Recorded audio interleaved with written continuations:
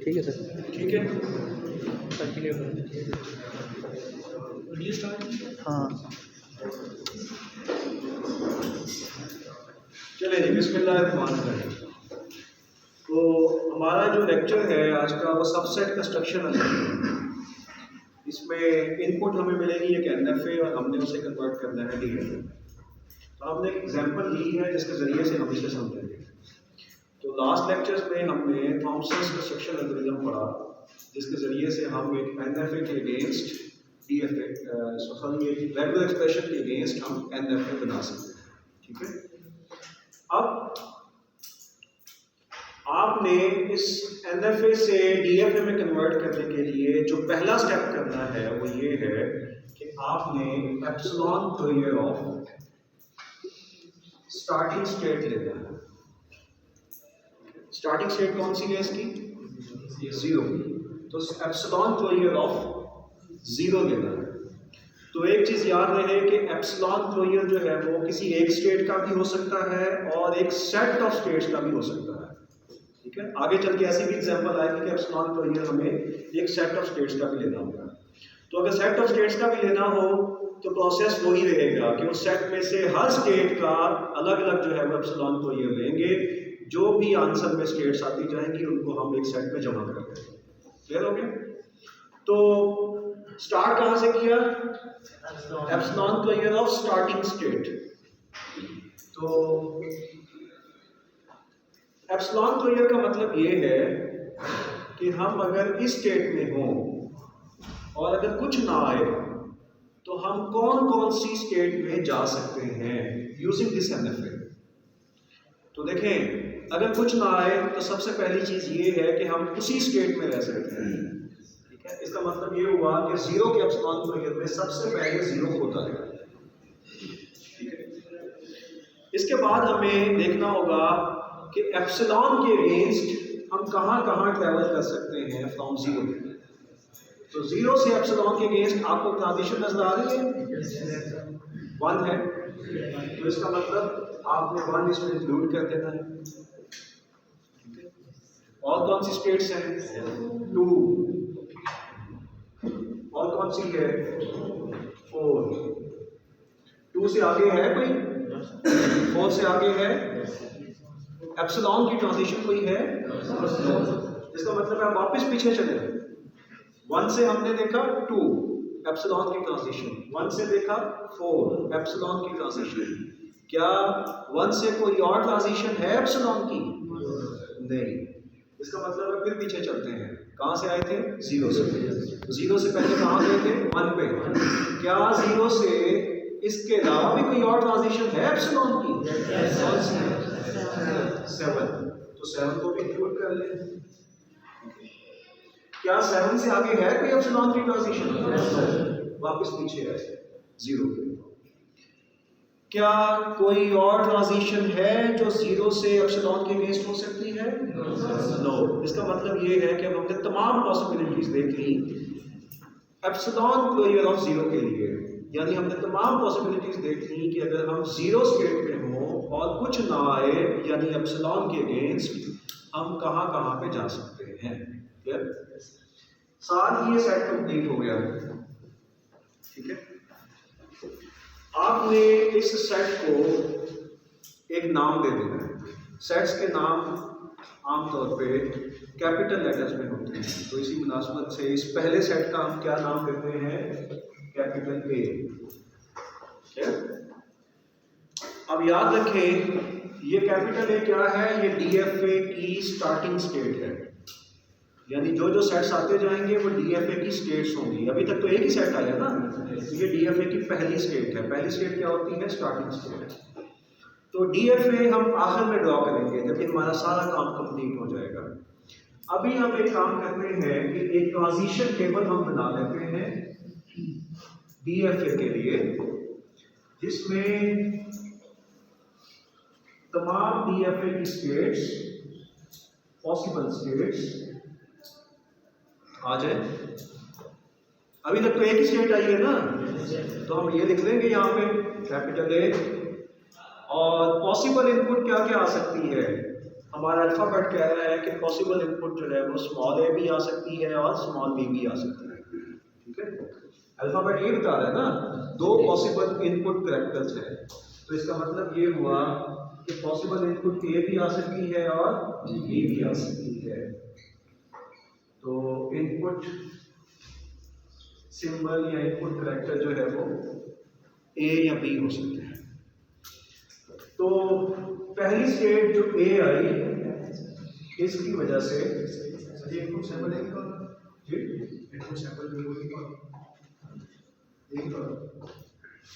Input symbol दो तरह के हो सकते हैं, ए भी हो सकता है और बी भी हो सकता है। जिसका मतलब है हम कैपिटल ए पर हों तो पहला क्वेश्चन ये पैदा होता है कि अगर हमारी इनपुट स्मॉल ए आ जाए तो हम कहाँ जाएंगे। दूसरा क्वेश्चन ये पैदा होगा कि अगर हम कैपिटल ए स्टेट पे हो, स्मॉल बी आ जाए तो कहाँ जाएंगे। दो क्वेश्चन पैदा हो गए। अच्छा, इसी प्रोसेस के दौरान अगर नई स्टेट बी आ गई तो इसका मतलब है फिर दो नए क्वेश्चन पैदा हो गए। ठीक है ना, पहला क्वेश्चन ये, दूसरा क्वेश्चन ये। अगर बी आ गई, अभी हमें नहीं पता कितनी स्टेट्स इसमें आएंगी, क्या पता अगली स्टेट आएगी नहीं आएगी, हमें बस इस प्रोसेस को कंटिन्यू करते जाना है। ठीक है,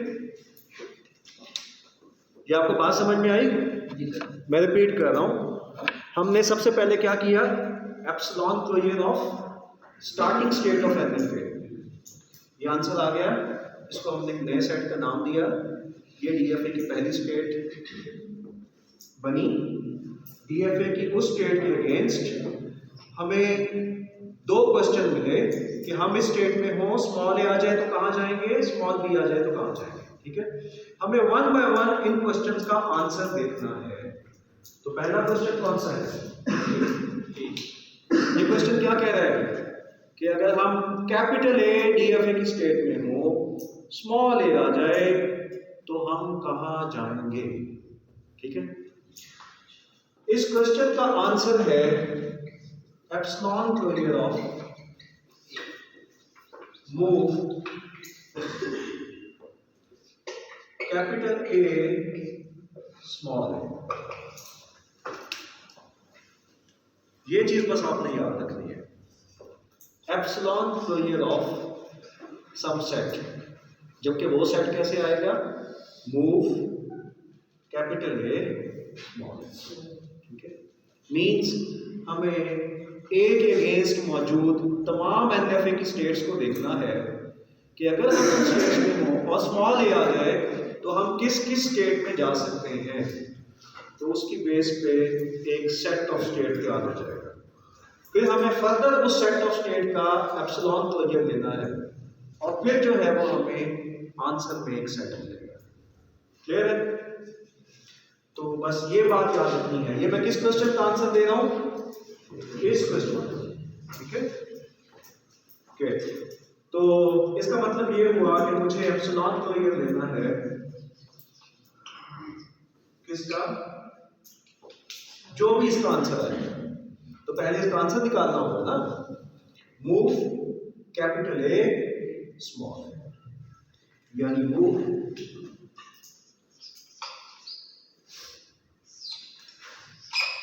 ये कैपिटल ए है, 0 1 2 4 7 और small A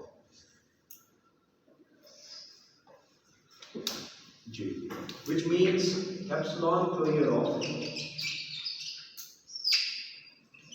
of a set। ये सेट कैसे आएगा कि मैं अब इस सेट में मौजूद हर स्टेट के अगेंस्ट चेक करूंगा कि अगर मैं उस स्टेट में हूं और स्मॉल ए आ जाए तो मैं किस किस स्टेट में जा सकता हूं। तो चलिए पहली स्टेट से स्टार्ट करते हैं। पहली स्टेट कौन सी है, 0। एनएफए को देखते हैं, क्या 0 स्टेट में हम हों, स्मॉल ए आ जाए तो हम कोई ट्रांजिशन नजर आ रही है हमें इसमें, 0 से स्मॉल ए की नहीं, 1 से स्मॉल ए की, 2 से स्मॉल ए की कोई ट्रांजिशन नजर आ रही है, क्या नजर आ रही है, 3। तो इसका मतलब ये हुआ 3 इस सेट की पहली स्टेट। ठीक है, आगे चलते हैं। 2 के बाद क्या है, 4। क्या 4 से 4 4 से स्मॉल ए की कोई ट्रांजिशन है? नो। 7 से स्मॉल ए की कोई ट्रांजिशन है? नो।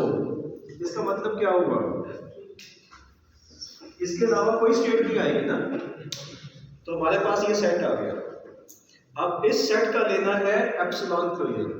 ये तो इत्तेफाक से इस सेट में एक ही स्टेट है ना, ये ज्यादा भी तो हो सकती थी, तो कोई मसला नहीं है। हम उसमें से 1 बाय 1 स्टेट लेते हैं, उसका एप्सिलॉन क्लोजर लेते हैं। और आपको एप्सिलॉन क्लोजर तो लेना आ गया ना किसी स्टेट का। तो हमारा अभी तो सेट में सिर्फ एक स्टेट है, कौन सी? 3।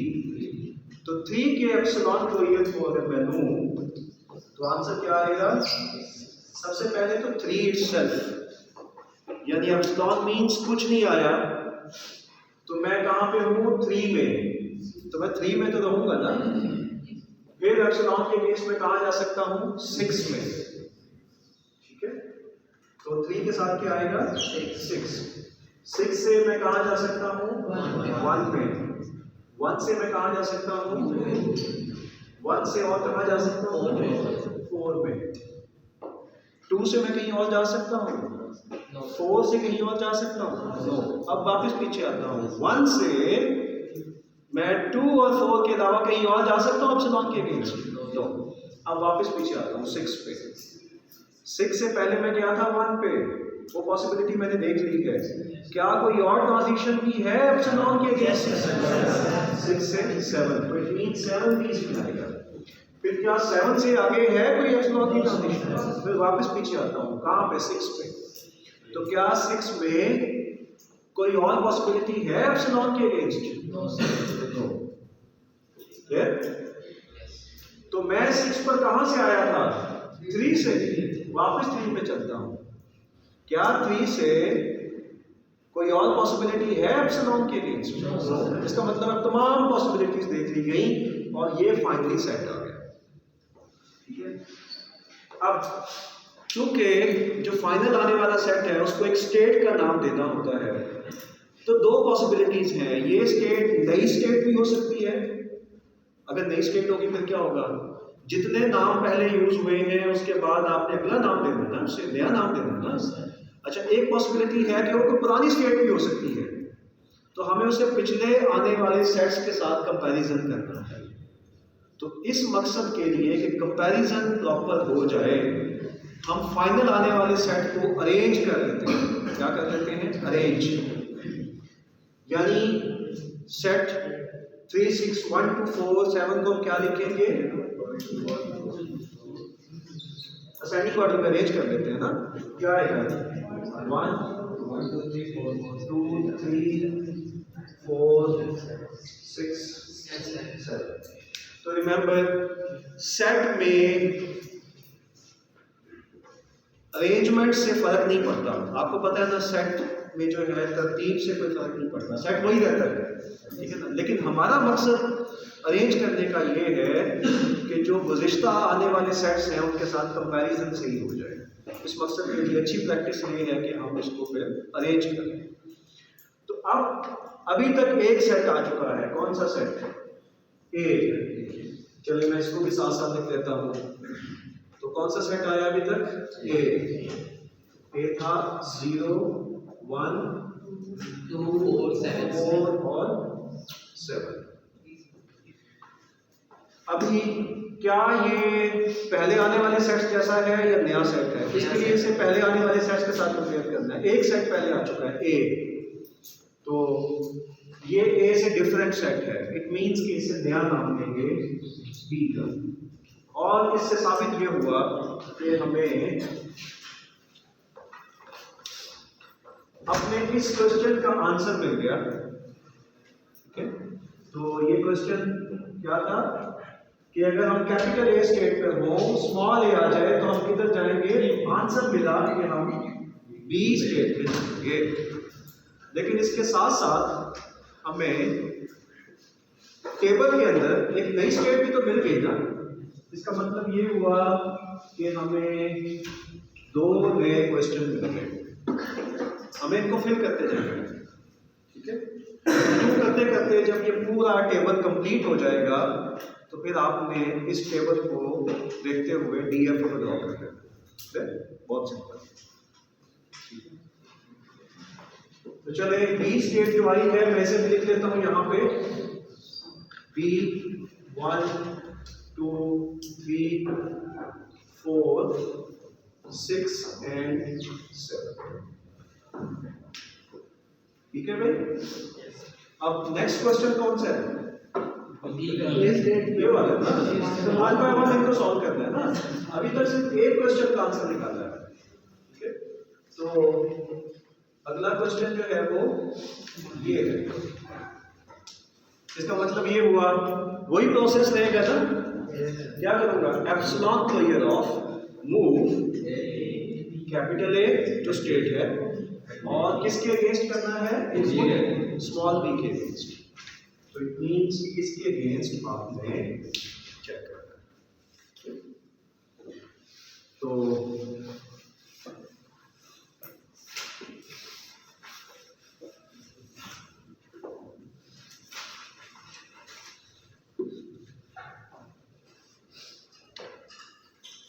it means epsilon square of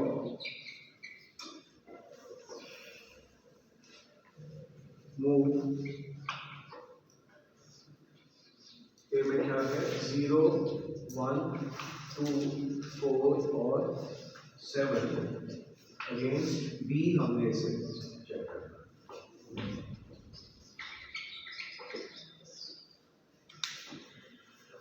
zero से स्मॉल बी के अगेंस्ट कोई ट्रांजिशन नजर आ रही है आपको? देखिए वन बाय वन देखेंगे ना। जीरो से स्मॉल बी के अगेंस्ट कोई एलएफए में ट्रांजिशन नजर आ रही है आपको? नो।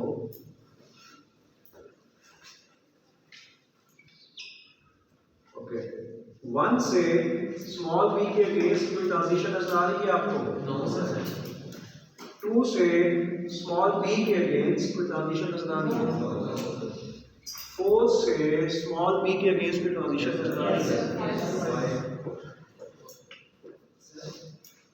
0 से स्मॉल बी की ट्रांजिशन थी ना,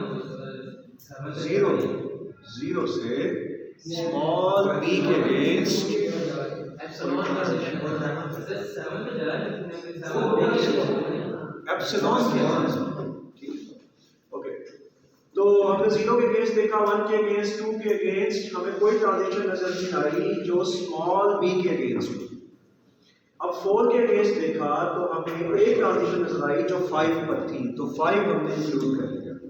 ठीक है, इसके बाद क्या आएगा? 7। क्या 7 से कोई ट्रांजिशन है स्मॉल बी के अगेंस्ट? 8 है ना, 8। तो इसका मतलब है कि अब ये सेट आ गया, हमें इस सेट का एप्सिलॉन क्लोजर लेना है। कैसे लेंगे? ज़ाहिर एप्सिलॉन क्लोजर का आंसर एक सेट होता है जिसमें स्टेट्स होती हैं। तो ये सेट कैसे आएगा? अब एक सेट का जिसमें 2 स्टेट्स हैं एप्सिलॉन क्लोजर लेना है, तो हम क्या करेंगे? 1 बाय 1 हर स्टेट का एप्सिलॉन क्लोजर। पहले स्टेट कौन सी है? 5। तो 5 का एप्सिलॉन क्लोजर लें। सबसे पहले तो 5 होता आएगा ना, 5। अच्छा, अब 5 से एप्सिलॉन के अगेंस्ट हम कहीं जा सकते हैं? यस। क्या है? 6।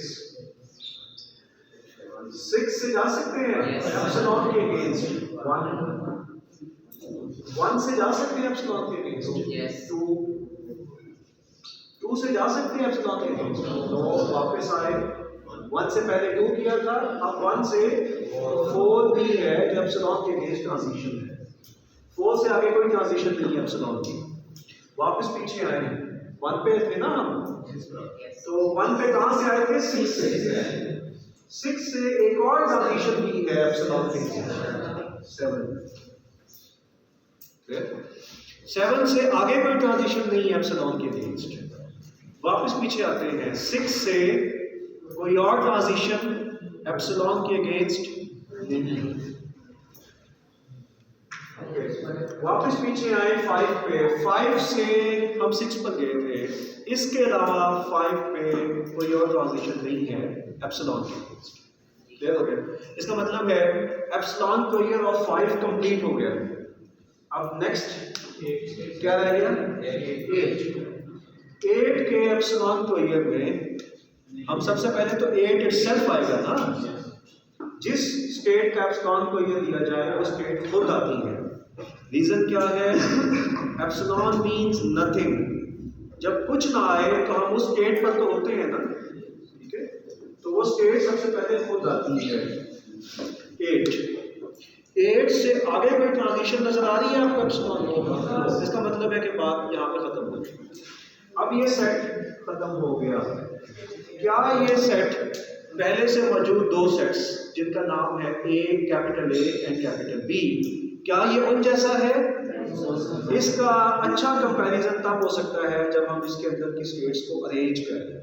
ठीक है, सो हम इसको अरेंज कर लेते हैं 1 2 4 5 6 7 8 4 5 6 7 और 8। तो हमारे पास पहले जो सेट्स हैं ये उनसे मुख्तलिफ सेट है। तो इसका मतलब है ये एक नया सेट होगा जिसे हम C का नाम देंगे। और इससे ये साबित हुआ कि हमारे इस क्वेश्चन का आंसर क्या है? C है। ठीक है, तो ये एक नई स्टेट आ गई C, जिसमें 1 2 4 5 6 8 4 5 6 7 6 7 8। इसके साथ ही ट्रांजिशन टेबल में नई रो ऐड हो जाएगी C की और 2 नए क्वेश्चन जिनका हमें आंसर देना। तो हम तो ग्रेजुअली चलते जा रहे हैं 1 बाय 1, हर क्वेश्चन को एड्रेस करेंगे। अगला क्वेश्चन कौन सा है? ठीक है, आई होप आपको बात समझ में आ गई। आगे कर सकते हैं ना? तो फिर हमें क्वेश्चन का आंसर देना है। क्वेश्चन क्या है? क्वेश्चन का आंसर क्या होगा? Epsilon square of move B और स्मॉल a। ठीक है, it means epsilon square of move जी। B में कौन कौन सी स्टेट्स हैं? 1 2 3 4 6 और 7। और किसके अगेंस्ट? स्मॉल a के अगेंस्ट। पहले मूव का आंसर देंगे, फिर जो आंसर आएगा उसका फिर हम एप्सिलॉन करेंगे। तो फाइनली जो सेट आएगा वो आंसर होगा जो हम यहाँ पुट करेंगे। फिर तो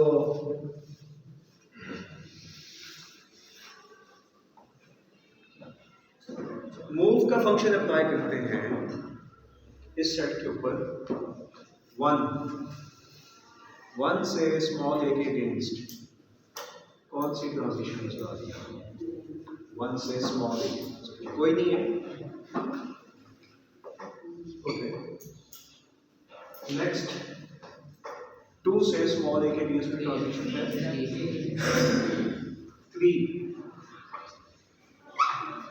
3 से स्मॉल a के अगेंस्ट है कोई ट्रांजिशन? 4 से स्मॉल a के अगेंस्ट है कोई ट्रांजिशन? 6 से स्मॉल a के अगेंस्ट? 7 से स्मॉल a के अगेंस्ट? नो। तो इसका मतलब ये हुआ कि epsilon square of this set का जो भी आंसर आएगा, जो भी सेट आएगा वो नई स्टेट, वो जो है वो DFA की वो स्टेट होगी जो यहाँ पर आंसर के तौर पर आएगी। ठीक है, अब अगर आपको याद हो, जो कि आपने सॉल्व किया मैंने मिटा दिया था यहाँ से, हमने last time epsilon square of 3 लिया था तो एक सेट आंसर में आया था। क्या नाम था उसका? Capital B। इट मींस कि अब हमें दोबारा से वो सारा काम करने की जरूरत नहीं है, जो कि ऊपर लिखा हुआ है कि एप्सिलॉन स्क्वायर ऑफ 3 का आंसर क्या है? Capital B। ठीक है, तो हम उसी को यूज करते हुए यहाँ पर कैपिटल बी लिख लेते हैं। इट मीन्स नई स्टेट नहीं आएगी, पहले से जो स्टेट्स थी उन्हीं में से कुछ स्टेट है। तो इससे बात साबित हुई कि हम किस स्टेट में रहेंगे, हम बी स्टेट में हो, स्मॉल बी इनपुट आ जाए, स्मॉल ए इनपुट आ जाए, तो हम बी में ही रहेंगे, इसका मतलब ये हुआ। ठीक है। अच्छा, अब नेक्स्ट क्वेश्चन, इसके लिए क्या करूं? यहाँ पर पहले हमने स्मॉल ए के केस देखा था, स्मॉल बी के केस देखेंगे। इट मीन्स यहाँ पर स्मॉल बी, इट मीन्स अब हमें 1 2 4 5 4 6 7 इनके अगेंस्ट देखना है कि स्मॉल बी आने पे हम कहाँ जाएंगे। 1 से अगर हम 1 स्टेट पर हो, स्मॉल बी आ जाए, हम कहाँ जाएंगे? 1 स्टेट पर हो, स्मॉल बी आ जाए, कहाँ जाएंगे? कुछ आपको नजर आ रही है ट्रांजिशन? तो ओके, इसके बाद देखते हैं 2 को। 2 से स्मॉल बी आ जाए, कहीं जाते हैं? 3 से स्मॉल बी आ जाए, कहीं जाते हैं? 4 से स्मॉल बी आ जाए, 5, तो इसका मतलब है 5 से आ जाए। 6 से स्मॉल बी आ जाए, कोई ट्रांजिशन नजर आ रही है आपको? 7 से स्मॉल बी आ जाए, 8। और अगर आप रिकॉल करें ऊपर एप्सिलॉन तो ये 5 8 का आंसर क्या आता था? सी। इसका मतलब है कि यहाँ पर सी आएगा, और यूं हमें अपने अगले क्वेश्चन का आंसर मिला, which is C. सर इसका एप्सिलॉन क्लोजर ऑफ 5 8, इसका आंसर एक सेट ऑफ स्टेट आएगा जो जब भी लिया जाए एप्सिलॉन क्लोजर ऑफ 5 8 तो वही सेट रहेगा, बिकॉज एमएफ सेम है ना। ठीक है, देख लेना, दोबारा देखते हैं जिस तरह अगर ये है ना। हाँ, यही पहले 5 का एप्सिलॉन क्लोजर लिया, आंसर इज 5 itself, 5 6 1 2 4 and 7, और 8 में 8 itself, तो क्या हुआ? 1 2 4 5 6 7 8, सेम सेट रहेगा ना। तो जो कि हमने ये प्रोसेस पहले किया हुआ है, और ऊपर जो काम किया है हमने, उसमें ये साबित हुआ है कि एप्सिलॉन स्क्वायर ऑफ 5 8 वाज सी। तो हमें वो फिर रेपिटेशन करने की जरूरत नहीं है, उसी को यूज करके हम दोबारा एग्जैक्टली सी आ जाएंगे। ठीक है जी, बताएं कौन सा क्वेश्चन है नेक्स्ट? केवल।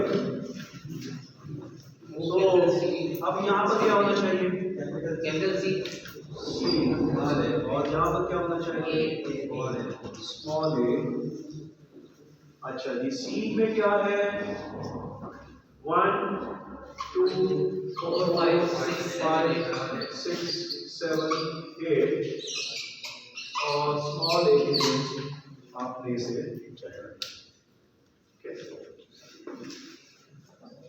जी 1 से स्मॉल ए के अगेंस्ट में ट्रांजिशन नजर आ रही है आपको? 2 से स्मॉल ए के अगेंस्ट में ट्रांजिशन नजर आ रही है? कौन सी है? 3। 4 से स्मॉल ए के अगेंस्ट में ट्रांजिशन नजर आ रही है आपको? 4 से स्मॉल ए के अगेंस्ट। 5 से स्मॉल ए के अगेंस्ट, 6 से स्मॉल ए के अगेंस्ट, 7 से स्मॉल ए के अगेंस्ट ट्रांजिशन, 8 से स्मॉल ए के अगेंस्ट ट्रांजिशन। अगर आप जो पहले एप्सिलॉन क्लोजर्स निकाले हैं उनमें देखें तो कहीं भी हमने एप्सिलॉन क्लोजर ऑफ 3 नहीं निकाला, जिससे एक बात साबित होती है कि ये नया सेट आएगा। अच्छा, सबसे पहले एप्सिलॉन क्लोजर ऑफ 3 itself, ऐसे है ना? यस। 3 का एप्सिलॉन क्लोजर ले रहा हूं मैं, तो 3 itself। यस। इसके बाद 3 से कहां जा सकते हैं एप्सिलॉन के अगेंस्ट? 6 से कहां जा सकते हैं? 1। 1 से कहाँ जा सकते हैं? 2, 1 से 4, 2 और 4 से आगे कोई ट्रांजिशन नहीं है एप्सिलॉन के लिए। वापस आए 1, वापस आए 6, तो 6 से हम एप्सिलॉन के लिए 7 तक जा सकते हैं। तो 7 से आगे कोई ट्रांजिशन नहीं है एप्सिलॉन के अगेंस्ट, 6 से आगे कोई और ट्रांजिशन नहीं है एप्सिलॉन के अगेंस्ट। तो वापस आए 3 पर, 3 से कोई और ट्रांजिशन नहीं है एप्सिलॉन। इट मींस कि एप्सिलॉन क्लोजर ऑफ 3 कंप्लीट हो गया। लेकिन यहाँ पर एक और स्टेट भी है 9 के एप्सिलॉन क्लोजर में सबसे पहले 9 खुद आएगा। इसके बाद आप देखिए डायग्राम, आपको 9 से आगे एप्सिलॉन के अगेंस्ट कोई ट्रांजिशन नजर आ रही है? नो। इसका मतलब है बात यहाँ पे खत्म हो गई। अब जो हमारी प्रैक्टिस है, हमने क्या करना है, सेट को क्या कर लें, अरेंज, सिर्फ अच्छा कंपैरिजन करने के लिए। अदरवाइज सेट में अरेंजमेंट से फर्क कोई नहीं पड़ता, ठीक है? सिर्फ हमें कंपैरिजन करना जो है गुज़िश्ता जो सेट्स आए हुए हैं उनसे सामने जी। 1 2 3 4 6 7 9 6 7 9। अच्छा, ये एक नया सेट है क्योंकि इसमें 9 स्टेट है और 9 स्टेट पहले नहीं है, तो इसका मतलब है हम इसे नया नाम देंगे डी का। और इससे साबित ये हुआ कि यहाँ पर आंसर आ गया क्या, डी। और हमें नई स्टेट डी मिली, 2 नए क्वेश्चन मिल गए। डी इज इक्वल 1 2 3 4 1 2 3 4 3 4 6 7 9 6 7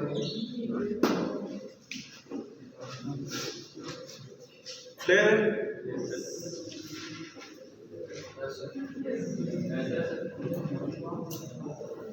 तो शांत हो क्यों गया?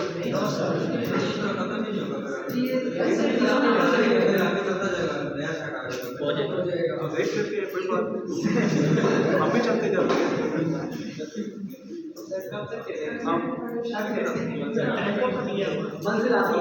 हमारी मंजिल क्या है कि हमने ट्रांजिशन टेबल कंप्लीट करना है, फिर उसके बाद उसको देखते हुए डीएल करना है। तो जब तक टेबल कंप्लीट नहीं होता हमने चलते जाते हैं, ठीक है ना? तो आप देखें ना, जब कोई इंटरेस्टिंग गेम खेलते हैं तो आप ये तो नहीं कहते ये क्या बात हुई 1 मिनट में ख़त्म हो गई। बाज़ औक़ात आप कहते हैं कि ये आधा घंटा चले, खुद कहते हैं ये 1 मिनट 2 मिनट में नहीं, ये ज़्यादा देर चले। तो फिर आप इस गेम में क्यों इतनी जल्दी घबरा गए? चलते जाएं, गेम तो बहुत आसान है। आपने मेथडोलॉजी सीख ली, जैसा कि मैंने शुरू में बताया था कि आपको क्वेश्चन मिलते जाएंगे और आप उनके आंसर्स निकालते रहेंगे। जब आपने पहले क्वेश्चन का आंसर निकालना सीख लिया तो आगे फिर लेबल वर्क है, उसमें कोई नई चीज़ नहीं आ रही। उसी मेथडोलॉजी के तहत अगले क्वेश्चन का आंसर आएगा, उसी के तहत next question and so on, जब तक के टेबल कंप्लीट नहीं हो जाता। ठीक है, ओके। नेक्स्ट क्वेश्चन क्या है भाई? नेक्स्ट क्वेश्चन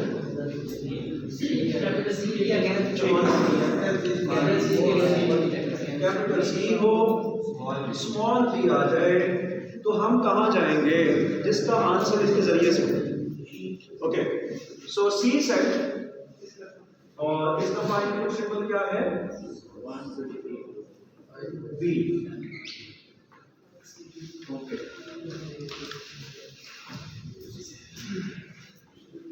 जी मूव सी के अंदर जितनी स्टेट्स हैं अंदर पे की, हर स्टेट के अगेंस्ट हमने बी की ट्रांजिशन देखनी है। सो स्टार्टिंग फ्रॉम 1, क्या आपको 1 से कोई स्मॉल बी की ट्रांजिशन नजर आती है? क्या आपको 2 से नजर आ रही है कोई? आपको 4 से नजर आ रही है कोई? क्या 5? इसका मतलब 4 से स्मॉल बी आ जाए तो हम कहाँ जा रहे हैं? 5 में।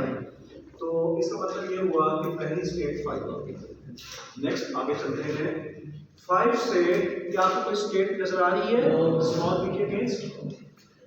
से स्मॉल बी के अगेंस्ट नो 7 से स्मॉल बी के अगेंस्ट क्या 8 से स्मॉल बी के अगेंस्ट स्मॉल बी के अगेंस्ट कोई नहीं है ना, तो इसका मतलब है ये सेट कंप्लीट हो गया। अब आप रिकॉल करें जो आपने पहले प्रोसीजर किया था, उसमें एप्सिलॉन स्क्वायर ऑफ 5 जो सेट था, इसका आंसर आता था सी सेट। तो इसका मतलब ये है कि यहाँ पर आंसर आ जाएगा सी। नाउ नेक्स्ट क्वेश्चन जी, अब क्या करो, यहाँ पर आएगा बी और यहाँ पर आएगा स्मॉल ए। हम डी स्टेट में हो, डी एफ ए की डी स्टेट में, और स्मॉल ए इनपुट आ जाए तो हम कहाँ जाएंगे? सो डी सेट क्या है भाई? डी सेट 1 2 3 4 1 2 3 4 6 7 6 7 9 और क्या है? स्मॉल ए।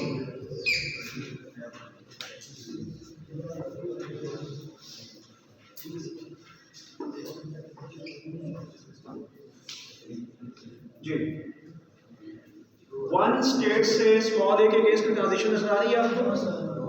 2 से स्मॉल ए के अगेंस्ट, 3 से स्मॉल ए के अगेंस्ट, 4 से स्मॉल ए के अगेंस्ट, 6 से स्मॉल ए के अगेंस्ट, 7 से स्मॉल ए के अगेंस्ट, 9 से स्मॉल ए के अगेंस्ट। इसका मतलब है एप्सिलॉन स्क्वायर ऑफ 3, इसका आंसर क्या होगा? बी।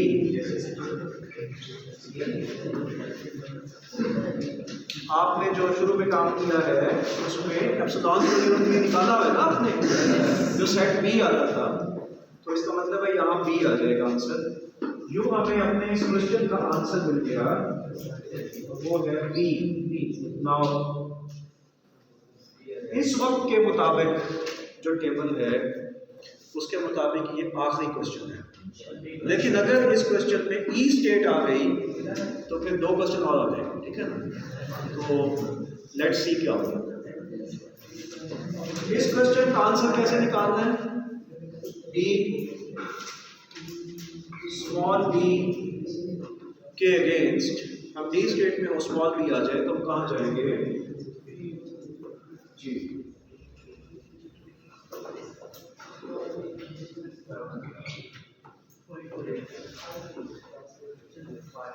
स्टार्टिंग फ्रॉम 1 से स्मॉल बी आ जाए तो कोई ट्रांजिशन है?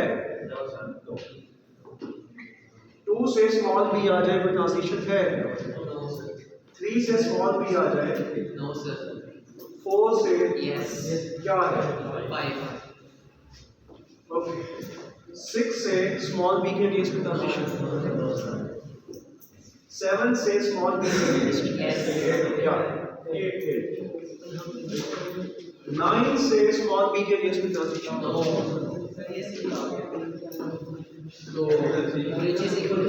क्या होगा?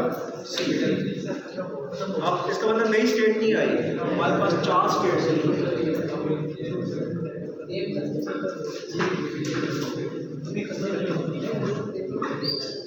आंसर है सी।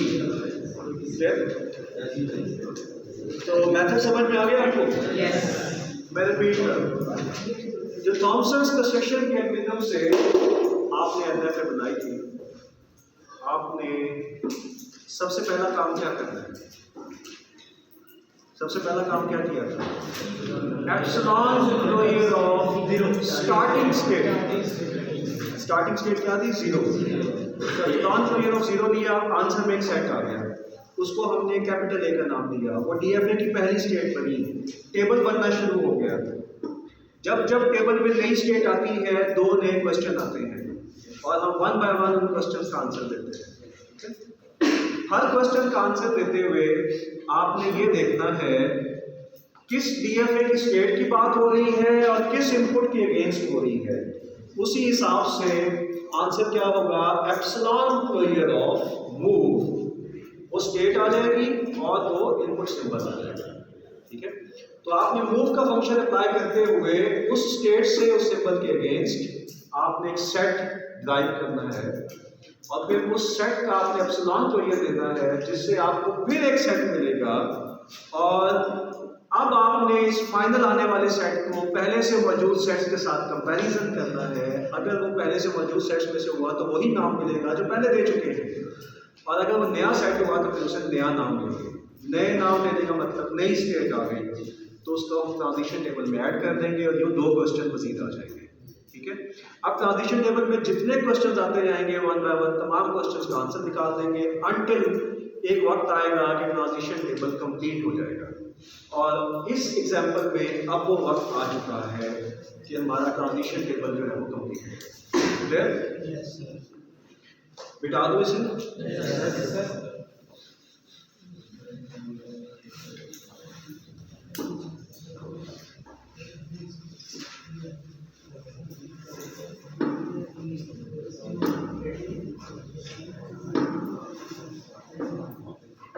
जी, इस ट्रांजिशन टेबल को देखते हुए हमने डीएफए ड्रॉ कर दी है।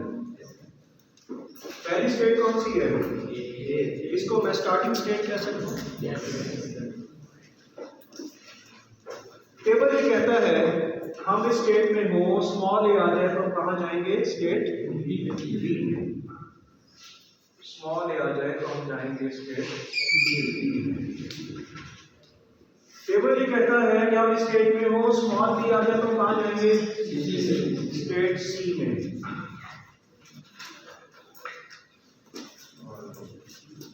फिर बी से ऑनवर्ड देखते हैं, बी से स्मॉल ए आ जाए तो हम उसी स्टेट में रहेंगे। बी से स्मॉल बी आ जाए तो हम कहाँ जाएंगे? सी स्टेट में। सी स्टेट में स्मॉल ए आ जाए तो हम कहाँ जाएंगे? डी में। और सी से स्मॉल बी आ जाए तो हम कहाँ रहेंगे? स्मॉल बी आ जाए कहाँ रहेंगे? सी में। ठीक है, डी से स्मॉल ए आ जाए तो हम कहाँ जाएंगे? डी से स्मॉल ए आ जाए तो हम कहाँ जाएंगे? बी में। बी में। और डी से स्मॉल बी आ जाए तो कहाँ जाएंगे? कैपिटल सी में। तो ये डीएफए है। लेकिन अगर गौर करें इस डीएफए में स्टार्टिंग स्टेट तो आपको पता चल गई ना कौन सी है? फाइनल स्टेट कौन सी है इसमें?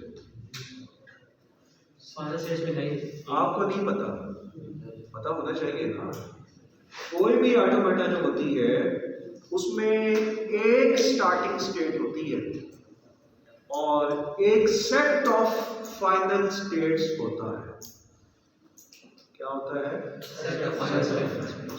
कोई भी ऑटोमेटा, जब मैं कोई भी कह रहा हूँ तो इट मीन उसमें एनएफए भी आ गई, उसमें डीएफए भी आ गई। तो 12 ये डीएफए ऑटोमेटा तो है ना, इसमें एक फाइनल स्टेट्स का सेट तो होगा। उस सेट में कोई एक स्टेट भी फाइनल हो सकती है, एक से ज्यादा स्टेट्स भी फाइनल हो सकती हैं। ठीक है, तो अभी हमारे पास डीएफए की 4 स्टेट्स हैं। इनमें से कौन कौन सी फाइनल स्टेट है इसका पता चलेगा इन सेट्स को देखने से। ये सारे सेट्स लिखे हुए हैं ना? इनमें से हर वो सेट जिसमें एनएफए की फाइनल स्टेट होगी वो डीएफए की फाइनल स्टेट का सेट होगा और वो डीएफए की फाइनल स्टेट होगी।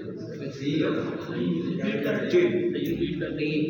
एनएफए की फाइनल स्टेट कौन सी थी? 9। याद है ना आपको? तो इनमें से कौन कौन से सेट्स हैं जिनमें 9 मौजूद है? सिर्फ डी है, एक ही है। अच्छा, ये महज इत्तेफाक है कि एक है, ये 2 भी हो सकते थे, ये 3 भी हो सकते थे। ठीक है ना? तो जिस सेट के अंदर 9 मौजूद है वो तमाम सेट्स जो है वो डीएफए की फाइनल स्टेट्स। अब इस केस में एक ही स्टेट है जिसमें 9 मौजूद है, कौन सा? डी। इसका मतलब है कि इस डीएफए में डी जो है वो फाइनल स्टेट है। चूंकि ये फाइनल स्टेट है तो मैं इसको डबल एनसर्कल कर दूं ताकि पहचान हो जाए कि ये फाइनल स्टेट है। सर व्हाट इज 3 2 और 3 आ जाए तो सबके सब फाइनल स्टेट सब फाइनल स्टेट, ठीक है। अच्छा, अब आपने गौर करना है, हमारा काम कंप्लीट हो गया। सबसेट कंस्ट्रक्शन एल्गोरिथम आपने सीख लिया। आपके पास कोई भी एलएफए हो आप उसे डीएफए में कन्वर्ट कर सकते हैं। अब हम थोड़ी सी एग्जांपल लेंगे, कुछ एग्जांपल्स लेंगे जिसमें हम ऐसी स्ट्रिंग्स लेंगे, उनमें से कुछ हमारी लैंग्वेज से बिलोंग करती होंगी। हमारी लैंग्वेज से मुराद क्या? ये एक मखसूस टोकन के पैटर्न को शो कर रहा है ना, ये रेगुलर एक्सप्रेशन। इस पैटर्न से बिलोंग करने वाली एक लैंग्वेज होगी ना। लैंग्वेज क्या होती है? Set of strings.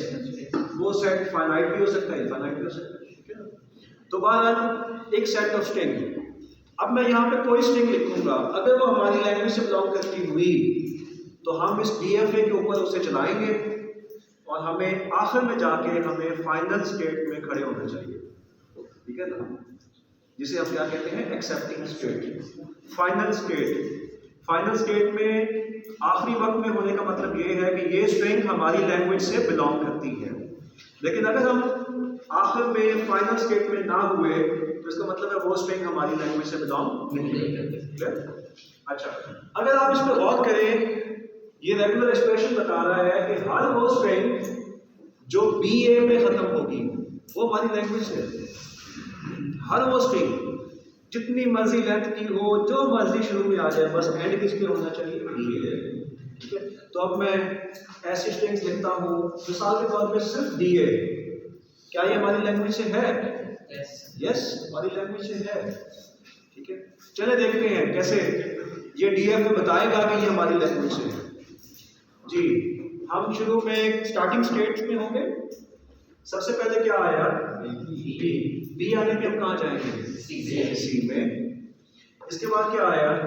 A। C से कहाँ गए? D में। इसके बाद आगे रीड किया, खत्म हो गई। हम कहाँ पे हैं? फाइनल स्टेट में। इट मीन्स कि ये हमारी लैंग्वेज की स्ट्रिंग है। इट मीन्स कि लेक्सिकल एनालाइजर ने इस वक्त जो 2 कैरेक्टर रीड किए हैं, उन 2 कैरेक्टर्स की जो स्ट्रिंग है वो इस पैटर्न पे मैच करती है, यानी इस पैटर्न के अगेंस्ट जो टोकन है वो इसको असाइन करना चाहिए। क्लियर? एक और एग्जांपल A B A। क्या ये हमारी लैंग्वेज से है? यस। क्योंकि बड़ी सिंपल सी बात है, हमने कहा हर वो चीज जो है हमारी लैंग्वेज से है जो किस पे एंड होती हो? BA। अच्छा, सबसे पहले क्या रीड हुआ? पहला कैरेक्टर क्या था? A। हम स्टार्टिंग स्टेट में थे, A आने पे कहाँ गए? B में। फिर क्या रीड हुआ? A, तो B से B में। फिर क्या आया? B, तो B से कहाँ गए? C में। फिर क्या आया? A, तो कहाँ गए? D में। अच्छा, एक और एग्जांपल देता हूँ। इसका मतलब ये भी हमारी लैंग्वेज से है, ये भी हमारी लैंग्वेज से है। ओके, अब double A B for example, क्या ये हमारी लैंग्वेज से है? तो कैसे पता चलेगा? हम बस ऑटोमेटा चलाएंगे, वो बता देगा। सबसे पहला कैरेक्टर रीड हुआ A, हम कहाँ? स्टार्टिंग स्टेट में। कहाँ गए? B में। फिर A कहाँ पे आए? B में। फिर B कहाँ गए? C में। आगे देखा, खत्म हो गई स्ट्रिंग। हम कहाँ पे हैं? C में। C तो फाइनल स्टेट नहीं है ना। इसका मतलब ये हुआ कि ये स्ट्रिंग हमारी लैंग्वेज से बिलोंग नहीं करती, ठीक है ना। यानी इस स्ट्रिंग के अगेंस्ट इस पैटर्न वाला टोकन नहीं दे सकते, ठीक है ना। किसी और टोकन को देखो, ये टोकन इसका नहीं हो सकता। हमारे पास जो C है ये भी फाइनल होता है, फिर ये क्या मतलब? ये जो ये C है ये फाइनल स्टेट होती है। हाँ, फिर ये हमारी लैंग्वेज का हिस्सा होता है। हाँ, फिर ये ठीक है। अच्छा, अब कोई और एग्जांपल दूं या समझ आ गई बात? एक और एग्जांपल लेते हैं, ठीक है। A B double A B A, क्या ये हमारी लैंग्वेज से है? होनी चाहिए। कैसे? क्योंकि इसका जो है वो एंड कहाँ पे हो रहा है? तो चलिए देखते हैं। सबसे पहले ए रीड हुआ, हम कहाँ से स्टार्ट करेंगे? स्टार्टिंग से इस पे है, कहाँ आ गए? बी में। अब याद रखना है कहाँ पे हैं हम? बी में। नेक्स्ट बी रीड हुआ तो सी में आ गए। नेक्स्ट ए रीड हुआ, डी में आ गए, डी में आ गए। नेक्स्ट फिर ए आ गया, वापस बी में, बी से वापस बी में आ गए। नेक्स्ट बी आ गया तो बी से सी में आ गए। नेक्स्ट ए आ गया तो सी से डी में आ गए। स्ट्रिंग खत्म हो गई। हम कहाँ पे हैं? फाइनल स्ट्रिंग पे। तो इसका मतलब ये है कि ये हमारी लैंग्वेज से बिलोंग करने वाली स्ट्रिंग है। ठीक है, तो आई होप कि आपको बात समझ में आ गई कि कैसे डीएफए के जरिए लेक्सिकल एनालाइजर जो है वो ये जजमेंट करता है। अब ये जो डीएफए है ये एक मखसूस टोकन के अगेंस्ट है। ऐसे है, ये तो एक टोकन के अगेंस्ट है। लैंग्वेज में तो कई टोकन होते हैं, तो हर टोकन के अगेंस्ट आपने डीएफएस बनाई होंगी। आप जब भी कोई इनपुट आती है उससे पहले डीएफए पे चेक करेंगे। अगर वो उससे बिलोंग करने वाली हुई तो टोकन रिकॉग्नाइज हो गया, अगर ना हुई तो हम उसमें फिर फेल हो जाएंगे। पहली डीएफए में फेल होने का मतलब दूसरी डीएफए को चेक करो, दूसरी डीएफए में कामयाब हो गए तो वो वाला टोकन मिल जाएगा। ठीक है ना? अगर उसमें नाकाम हो गए तो फिर तीसरी डीएफए को चेक करो एंड सो ऑन। मिसाल के तौर पे आपकी लैंग्वेज में 300 टोकन हैं तो 300 डीएफए चेक हो जाएंगी। अगर आप तमाम डीएफए में फेल हो गए तो इट मीन्स कि इस लैंग्वेज से बिलोंग करने वाला कोई भी टोकन जो है इसको असाइन किया जा सकता है। और अगर आप कहीं पर भी कामयाब हो गए तो इट मीन्स कि वो कॉरेस्पॉन्डिंग टोकन जो है वो असाइन हो जाएगा। तो यूं लेक्सिकल एनालाइजर जो है वो अपना काम करता है। क्लियर? फर्ज करते हैं हमारे पास दो फाइनल स्टेप्स हैं। यहाँ पे सी भी हम फर्ज करते हैं एक फाइनल स्टेप, तो हम जब लास्ट पे बी ए से बी पे आपका क्वेश्चन समझ गया हो। अगर ये भी फाइनल स्टेट होती तो अगर आखिरी वक्त में हम सी में होते या डी में होते, दोनों सूत्रों में वो स्ट्रिंग हमारी लैंग्वेज की होती। यानी आखिर में अगर हम फाइनल स्टेट में हैं तो वो हमारी लैंग्वेज की है, आखिर में फाइनल स्टेट में नहीं है तो इट मीन्स वो हमारी लैंग्वेज की है। ठीक है? अच्छा, अब एक और एग्जांपल करवा दूं। टाइम क्या हुआ?